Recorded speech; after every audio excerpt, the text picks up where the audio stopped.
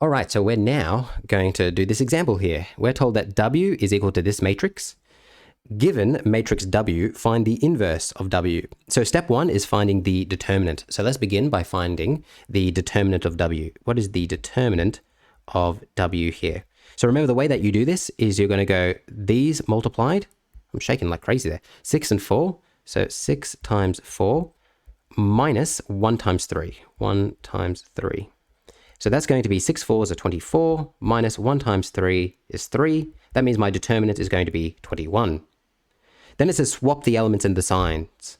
So remember, we go 1 over the determinant. We then open up our matrix. And now, as it says, we need to swap some elements and signs.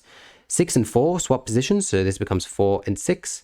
And then 1 and 3 stay where they are, but they both change their signs. So that means in this case, they're both going to become negatives. Okay, divide each element by the determinant. So now we're going to find the inverse, and the inverse is going to be 1 over 21. Open up my matrix, 4, negative 3, negative 1, 6.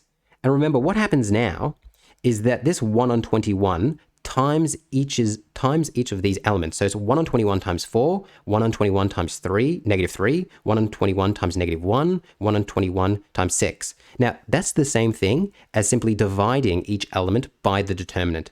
So that means what we're going to end up with is 4 over 21, 4 over 21, negative 3 over 21, negative 1 over 21, 6 over 21. There we go. Before we finish up here, we'll simplify this, and we'll simplify it because, when we do this on the CAS will give us a simplified version. And remember, what does it mean to simplify? It simply means if I can divide something, both of these numbers by the same numbers, I should. 4 and 21, nothing divides both into 4 and 21. Nothing divides both into negative 1 and 21. But if I've got 3 and 21, both of those divide by 3. So this is going to become negative 1 on 21 divided by 3 is 7. And then if I divide both of these by 3, it'll be 2 on 7. And just like that, I am done. So I've simplified everything. There is my final inverse. There it is. Now, we should also talk about how to do this on our CAS calculator. So how would you do this on the CAS? So let's come here.